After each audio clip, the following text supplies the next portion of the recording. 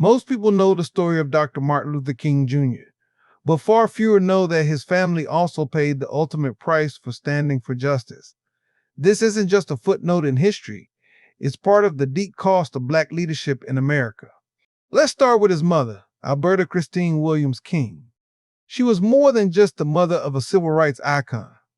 Born in 1904, Alberta was a dedicated church leader, the wife of Reverend Martin Luther King Sr., and a strong, stabilizing force within her family and her community. On June 30, 1974, 6 years after her son was assassinated, Alberta King was shot and killed while playing the organ at Ebenezer Baptist Church in Atlanta. The shooter, a 23-year-old Black man named Marcus Wayne Chenault, claimed he acted on religious delusions and was targeting Christians. He killed Alberta King and a church deacon and wounded a third person. Now, let's talk about Martin Luther King Jr.'s younger brother, Alfred Daniel, A.D. King. A.D. was also deeply involved in the civil rights movement. He served as a pastor, marched alongside his brother, and suffered the same threats and harassment. The public often overlooked him, but his impact was real.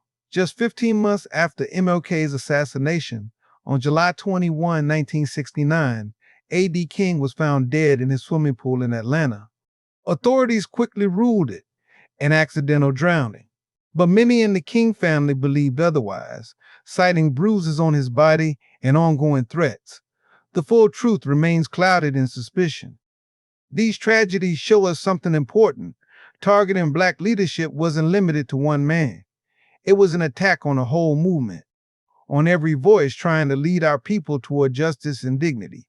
We must honor the whole King family, not just by remembering their deaths, but by continuing their fight. Mrs. Alberta Williams King was born in 1903 in Atlanta, Georgia. She was the daughter of Jenny Celeste and Reverend A.D. Williams, the second pastor of Ebenezer Baptist Church in Atlanta. The upstanding values her parents instilled in her, principles that she would pass down to her children, are the foundation for the historic legacy created by her second-born, Martin Luther King Jr. Mrs. King's life was deeply rooted in her faith and activism. Her father, husband, and both of her sons were all ministers at Ebenezer, where she played an integral role until she retired in 1972. The King matriarch would often return to lead the church in song. Ironically, Ebenezer Baptist Church, just a few blocks away from where her son Martin was buried 6 years prior, was where Mrs. Alberta Williams King took her last breath. Her death was classified as an assassination. The man who carried out the heinous act was 23-year-old Marcus Wayne Chenault. Born on June 30th, 1951 in Winchester, Kentucky, Marcus Wayne was described as a quiet child who read a lot. He was raised by his parents, Marcus H. and Hinda Lee Chenault. They were God-fearing and lived comfortably.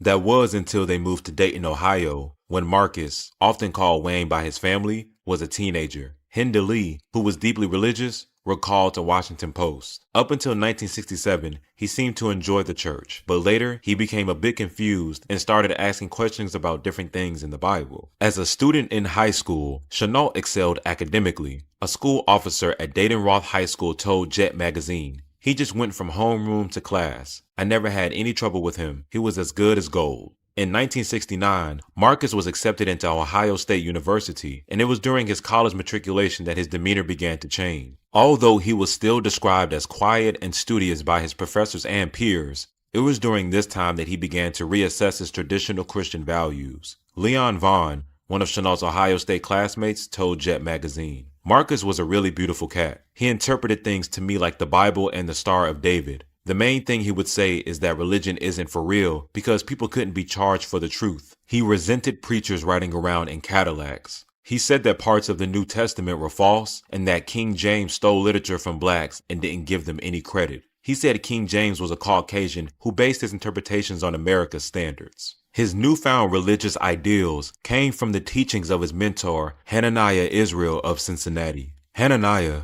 a spiritual teacher whose legal name is Stephen Hallman, spread messages from what he called a form of Judaism. Chenault met Hananiah about 8 months before the incident after seeing his advertisement titled, "What Every Negro Should Know About Scripture," in a magazine. Israel began instructing him in the Bible during meetings in which Chenault took lots of notes and often invited friends. Hananiah criticized black civil rights activists and church leaders as evil and deceptive. In his teachings, he wrote, "When you stop those lying preachers from deceiving you and your loved ones, from robbing them of millions of dollars a year, you will have a better economy." He also taught that black civil rights leaders were leading black people to doom. He told Dayton Daily News, "White men are being used by the Most High as a correcting rod, but God is going to do away with white people and free my people. When black people are freed, they will be the masters and whites will be the slaves. Until then, blacks should remain slaves to white men because that is the role God has assigned to them." Although Israelites insisted that he did not advocate for violence, he taught that only the death of black ministers would free black people. He told Dayton Daily, "I gave Marcus the key to understanding the scriptures. He awakened from the death of sleep, from the grave of ignorance." Hananiah and Marcus, along with other young men who followed his teachings, were labeled by some as Black Hebrew Israelites, a religion of black people who believe that they are the descendants of the ancient Israelites. They incorporate teachings from various sources, including certain aspects of Christianity and Judaism, and have created their own interpretation of the Bible.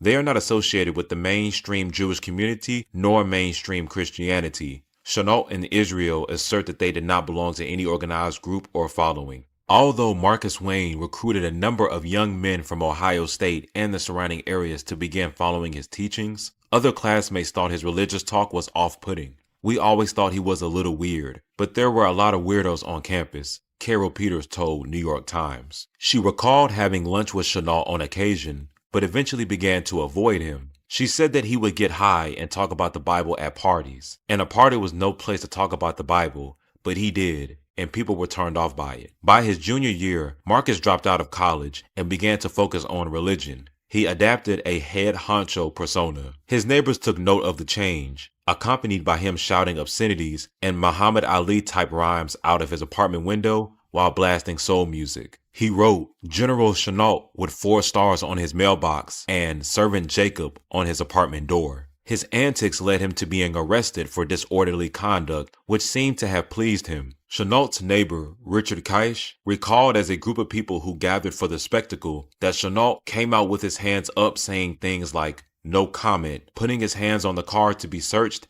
even though no one asked him to. Keish also shared with Jet magazine that Chenault told him that he would soon be all over the newspapers and that he was going to Atlanta to meet destiny. On Friday, June 28, 1974, Marcus Wayne Chenault returned home for what seemed to be a routine visit. According to Marcus Sr., Wayne seemed as normal as ever. That night, Marcus stole 2 pistols from his father's bedroom. The next day, he bought a bus ticket to Atlanta, Georgia.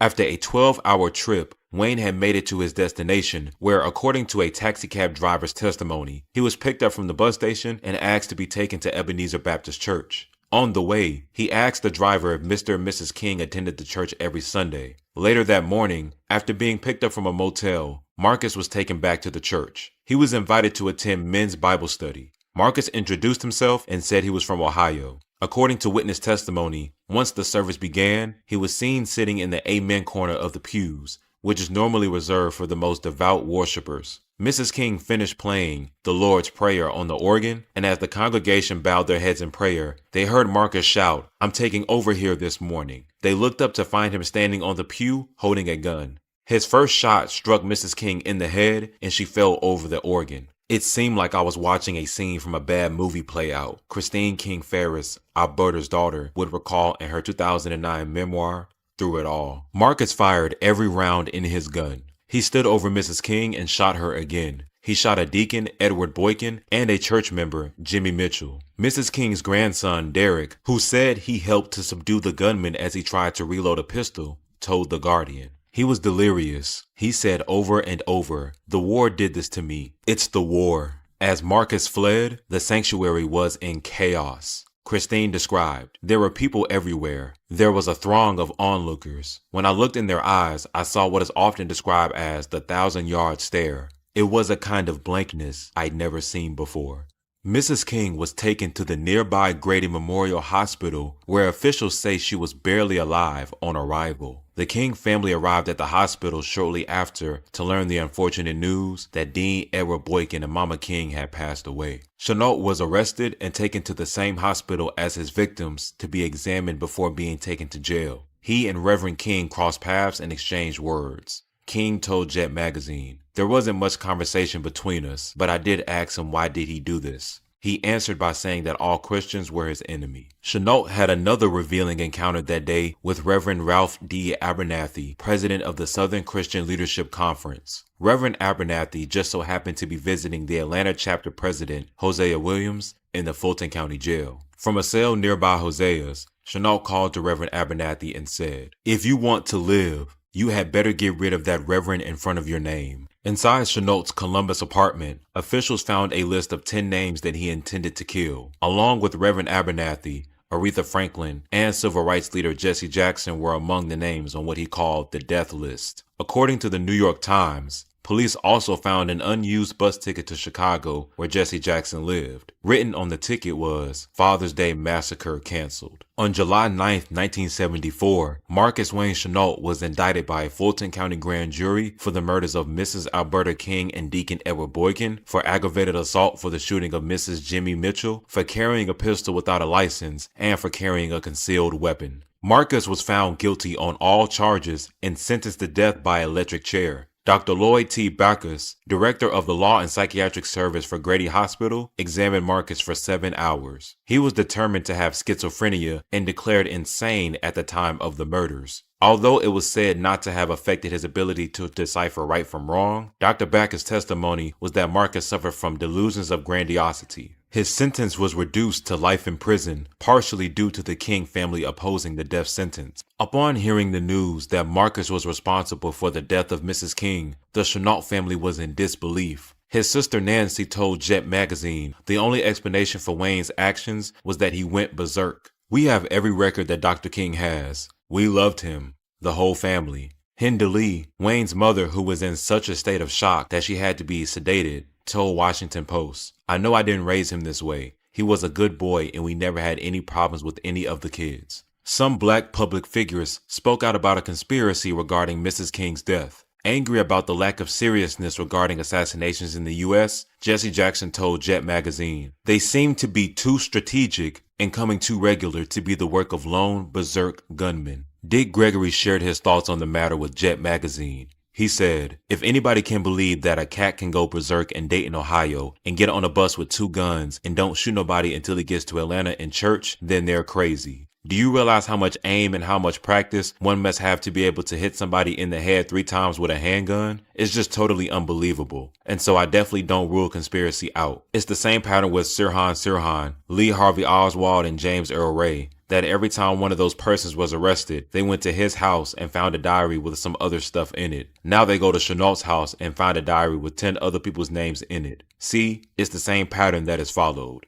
A spokesman for the Atlanta Police Department Homicide Division issued a statement in which he said there was no evidence indicating a conspiracy. Thousands gathered in Sisters Chapel at Spelman College for Mrs. King's memorial service. Many shared similar sentiments of virtue. Dr. Benjamin E. Mays of Morehouse College said, "Love God and love your fellow man. If these are the requirements of God, Alberta Williams King met them from the beginning. Her life was a brilliant example of Christian living. Why do good people have to die at the hands of wicked men? Somehow, it must be in the plan of God." Mrs. Alberta Williams King led by example. In the words of Dr. Julius S. Scott of Spelman College, "We looked at her and we saw all our imperfections. It was the foundation of her faith that enabled her assassin to take a bus from Ohio to Georgia and not have to sit in the back." Marcus Wayne Chenault died of a stroke in prison in 1995. He was 44 years old. Born just 18 months after older brother Martin, Alfred Daniel Williams King was born on July 30th, 1930. He was the youngest of his parents' 3 children, and as a child appeared to be headed down a rough path. Nicknamed AD by his father, Martin Luther King Sr., the younger brother was not much into academics as a child and built a bit of a reputation for being a bully around the neighborhood. AD would go on to marry Naomi Ruth Barber, whom he met when her family relocated from Alabama to Atlanta, meeting him at a YWCA dance. She recalled King as a young man that was charming and respectful, despite what others often said. On the other side,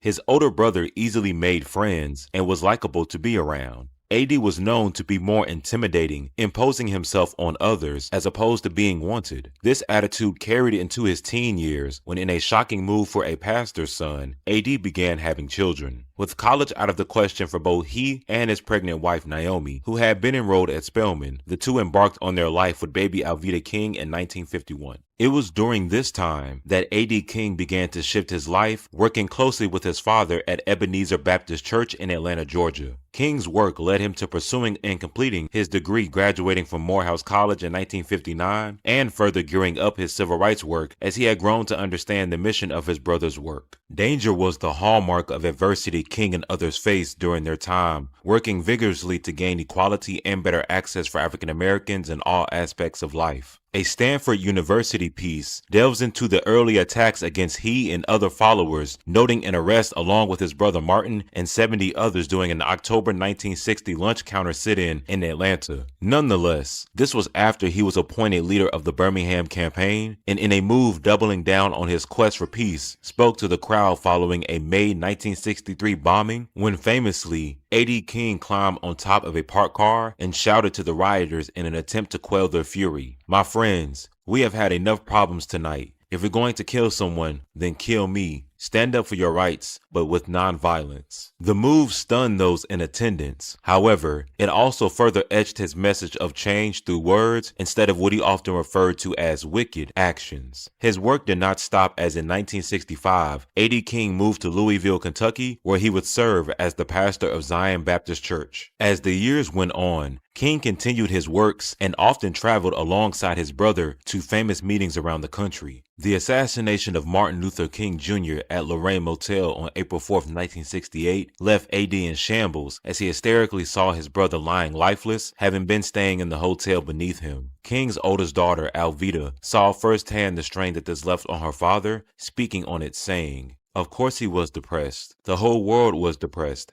But he was still functional. He just never got over that because he was killed too soon." Drinking for King became a regular thing, albeit under control. Still, some at the time questioned the stress of the movement as being something that was more of a threat to the life. This led to A.D. King returning to his home Church of Ebenezer to serve as a co-pastor. A.D. King was found dead on July 21, 1969. The news shocked Naomi as she recalls bruises and her husband being in the fetal position consistent with him being murdered as opposed to accidentally drowning. Despite the life and works of King during the civil rights movement, his death relatively was overshadowed by other news, with little research into the questionable nature surrounding it. In a piece via the Seattle Times, his wife Naomi speaks out about the lack of attention as it was revealed that even his death was obscured by other events. As his body was being taken to the morgue, Neil Armstrong and Buzz Aldrin were walking on the moon. How can you be forgotten if you've never been known? A.D. and Naomi's daughter's reaction was found via dispatch. The source recorded Alveda,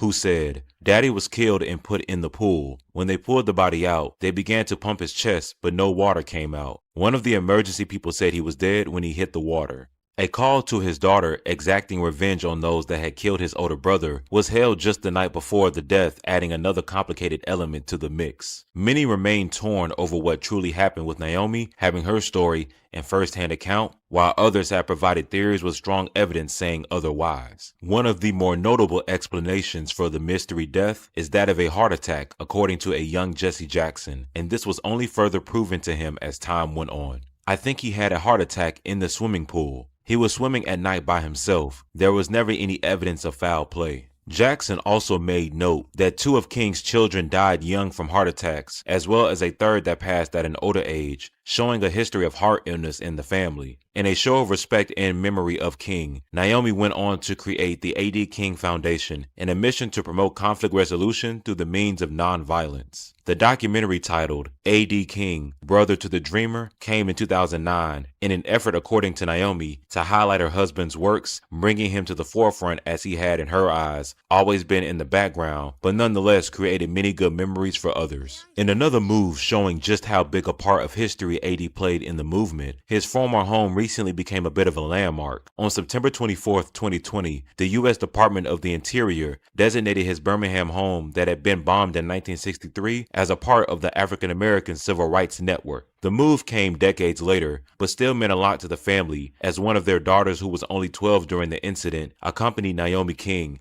as she expressed gratitude for the move and what it says about society now. "He was the love of my life. Naomi King said during Thursday's ceremony, held in a tent setup on the front yard of the house. "It means the world to me," she said of the designation as she sat next to the Secretary of the Interior. "People are people and love has no color." There is no denying the overwhelming impact of those who dedicated their lives to change during the civil rights movement. No matter how big or how small something seemed, the risk and foundations that could be used as a blueprint moving forward forever changed American life for African Americans. Working in the shadows of perhaps the most famous figure of the era is no easy feat, and even tougher when you have to work your way up from a poor reputation. For this reason, the works of Alfred Daniel William King, aka AD, should stand the test of time to be celebrated like any other American hero. He shall remain forever unforgotten.